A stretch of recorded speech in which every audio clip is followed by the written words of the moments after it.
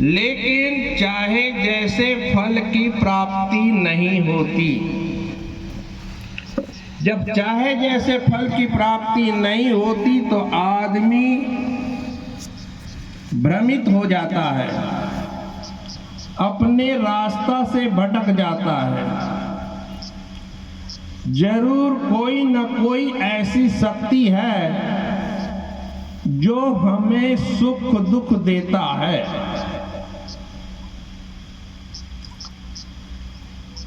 ऐसे भ्रम में पड़कर के लोग अपनी सतमार्ग से भी भटक जाते हैं। प्यारे सज्जनों, हम अपनी रास्ता, अपनी दिशा जब तक सही ढंग से चुनाव नहीं करेंगे तब तक हमारी दशा ऐसी होती रहेगी। जिसकी दिशा सही है उसकी दशा भी सही है। महापुरुषों ने कहा, नेकी बदी दो रास्ते हैं, गौर से सुन लो। तुम्हें चलना है जिस मार्ग पर वह रास्ता चुन लो, मगर चलने से पहले सोच लो अंजाम क्या होगा। भलाई कर भला होगा, बुराई कर बुरा होगा। हम चाहते तो हैं सुख, लेकिन कर्म क्या करते हैं? अपनी चाह के ठीक विपरीत। हम स्वयं सुख चाहते हैं लेकिन सामने वाला को भरसक दुख देने का प्रयास करते हैं। हम स्वयं लाभ चाहते हैं लेकिन सामने वाला का भरसक नुकसान करने की कोशिश करते हैं। हम किसी से गाली सुनना नहीं चाहते लेकिन गाली देने के लिए कमर कस के तैयार रहते हैं। हम स्वयं मान चाहते हैं लेकिन सामने वाला को अपमानित करने की हर संभव कोशिश करते हैं। यदि इस तरह से हमारा कर्म हो तो कभी भी किसी कीमत पर चाहे जैसे फल नहीं मिल सकता। जैसा आप बीज डालोगे वैसे ही आपका पौधा तैयार होगा और उस पौधे के आधार पर वैसा ही आपको फल मिलेगा। सदगुरु कबीर कहते, कबीर कमाई आपने निष्फल कभी न जाए, बोया पेड़ बबूल का तो आम कहाँ से खाए। यदि आप बबूल के बीज डालोगे, बोगे तो निश्चित है आपको कांटा ही मिलेगा, और यदि आप आम का बीज डाला तो निश्चित है आपको आम का फल मिलेगा। यदि गोस्वामी जी के शब्दों में लें तो गोस्वामी जी कहते, तुलसी यातन खेत है, मन वच कर्म किसान, पाप पुण्य दो बीज है, बुए सुलुए निदान। ये जो शरीर है हमारा, ये क्या है? खेत। गीता में भी भगवान कृष्ण ने कहा, क्षेत्र और क्षेत्रज्ञ। खेत क्षेत्र है और इस शरीर में रहने वाला जो जीव आत्मा है वो क्षेत्रज्ञ। तो यह तन जो है एक खेत की भांति है और हम तीन प्रकार के कर्म करते, तीन प्रकार से हम किसानी करते हैं, मन, वचन और कर्म। ये तीन प्रकार से कर्म हमारे द्वारा होता है और उन्हीं तीन प्रकार के कर्मों कर्मों से जो हमें दुख मिलता है, 3 प्रकार के दुख, दैहिक, दैविक, भौतिक, आदि व्याधि उपाधि, जन्म मरण और गर्भवास, ये जो 3 का चक्कर लगा हुआ है, इसे कोई देने वाला दूसरा नहीं है। कोई ईश्वर ब्रह्म परमात्मा खुदा गॉड, कोई देवी देवता नहीं देता है। ये तीनों ताप, तीनों प्रकार के दुख हमारे ही द्वारा किए हुए कर्मों का परिणाम है। हम शरीर से करते हैं चोरी, हिंसा, व्यभिचार, जिसका परिणाम होता है भौतिक ताप,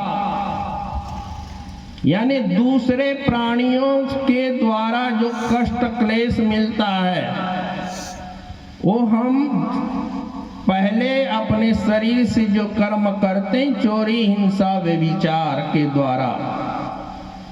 दूसरा मन के द्वारा जो हम कर्म करते हैं, क्रोध, ईर्षा, मान, छल, जिसका परिणाम होता है दैविक ताप।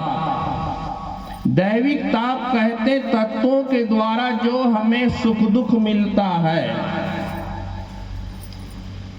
और वचन के द्वारा जो हम कर्म करते हैं, गाली, निंदा, झूठ, जिसका परिणाम हमें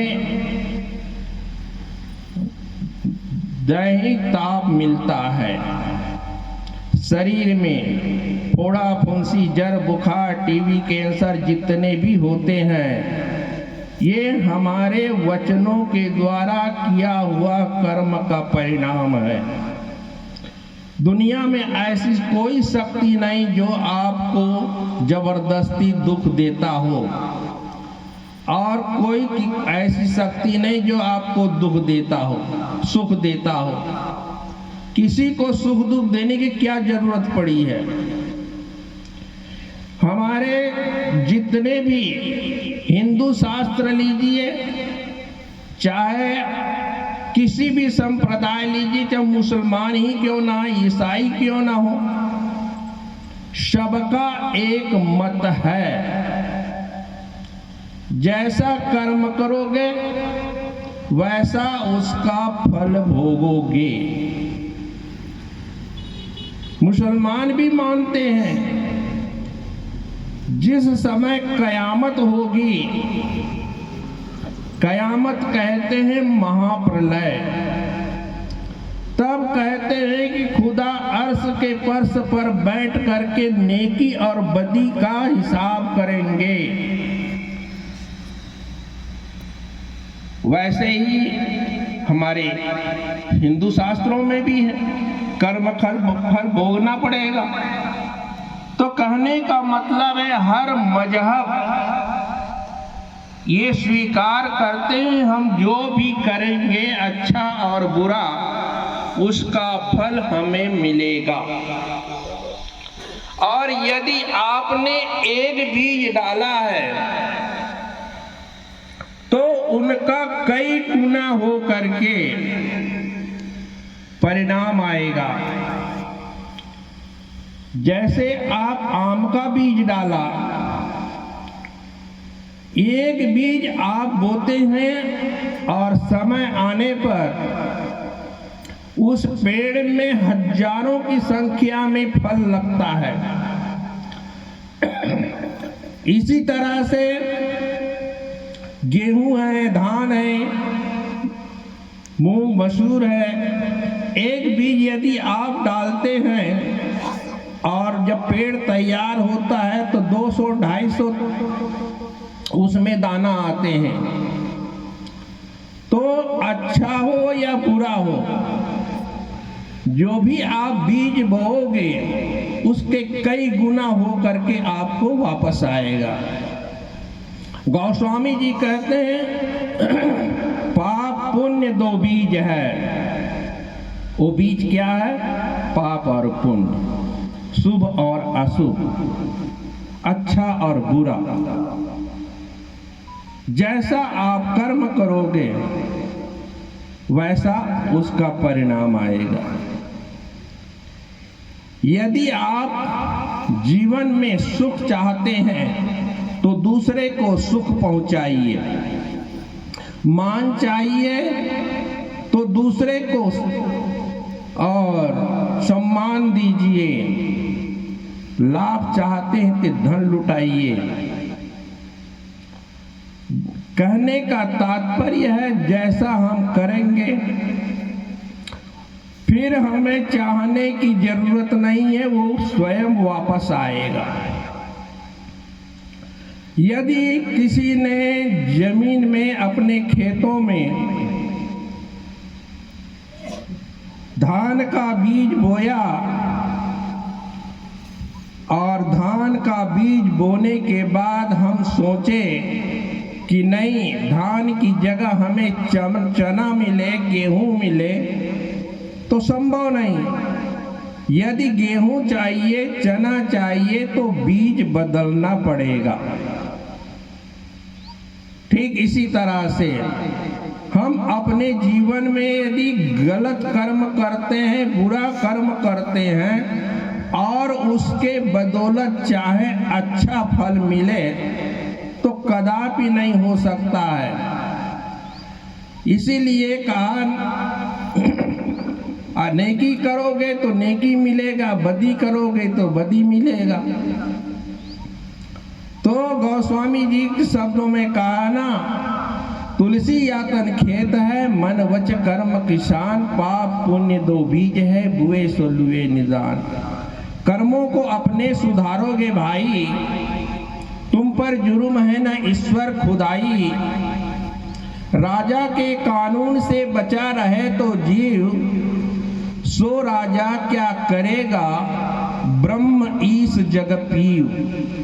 यदि आपने गलत नहीं किया, अपने कर्मों को सुधारा है, यदि इस जीवन में यदि कोई गलत कर्म नहीं करते हैं, सरकार के नियमों का उल्लंघन नहीं करते हैं, तो आपको जबरदस्ती कोई जेल में नहीं डाल सकता।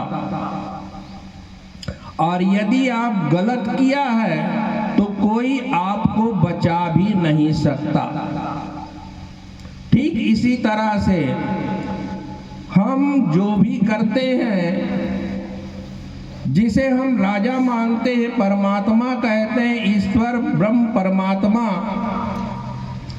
जो परम शक्ति परम सत्ता है, यदि हम गलत कर्म नहीं करेंगे तो हमें नरक में भी नहीं डाल सकते। इसलिए हमें चाहिए ऐसे उत्तम मानव जीवन देव दुर्लभ। गोस्वामी जी ने कहा ये मानव शरीर क्या है, देव दुर्लभ है, देवताओं को भी दुर्लभ है। ऐसे उत्तम मानव जीवन को पाकर के यदि हम अपनों कर्मों का सुधार नहीं करते, हम अच्छे रास्ते पर नहीं चलते, तो उसका परिणाम तो हमें भोगना ही पड़ेगा। क्योंकि यह मानव जीवन एक चौराहा है। ये कर्म क्षेत्र, भक्ति क्षेत्र, ज्ञान क्षेत्र और मोक्ष होने की भूमिका, ऐसे चौराहे पर हम सब हैं। और ऐसे चौराहे पर यह रह करके भी यदि हम गलत कर्म करके गलत जगह पर चले जाएं तो उससे बढ़कर के दुर्भाग्य क्या होगा। देव दुर्लभ इसलिए कहा, जिन लोगों ने अच्छे कर्म करके देवलोक की सुख भोगते हैं, लेकिन जब पुण्य छीन हो जाएगा, गीता में कहा छीने पुण्य मृत्यु लोके विसंति। देवलोक में पहुंचे हुए देवता जो है अपने पुण्य कर्मों का फल भोगते हैं, लेकिन जब पुण्य क्षीण हो जाएगा, पुण्य समाप्त हो जाएगा, तो उन्हें भी इसी मृत्यु लोक में गिरा दिए जाएंगे। वहां कर्मों से छुटकारा नहीं मिलेगा। इसलिए वो देवता भी तरसते हैं इस मानव जीवन को पाने के लिए। क्यों तरसते हैं? क्योंकि जब भी छुटकारा होगा तो इसी मनुष्य जीवन में होगा। अन्य तीन खानी केवल भोग भूमि का है, मनुष्य शरीर कर्म भूमि का है। इसलिए जब भी हमें दुखों से छुटकारा होगा तो केवल एक ही जगह है, ये मानव जीवन। और पुण्य पुंज बिन मिलहि संता का, ऐसे मानव जीवन को पाकर के हमें विवेकी विचारमान सतमार्ग लखाने वाले ये संत गुरुजन हमें मिले हैं, और हमें चाहिए उनके सानिध्य में बैठ करके उनके विचारों को सुने, समझें, अपने जीवन में उतारने का प्रयास करें और दया दान परोपकार सेवा भक्ति सत्संग करते हुए अपने इस मानव जीवन को सफल बनाने का प्रयास करें। इन्हीं भावनाओं के साथ मैं अपने वाणी को विराम देता हूँ। बोलिए सद्गुरु कबीर साहेब की, संत समाज की, भक्त समाज की। अपने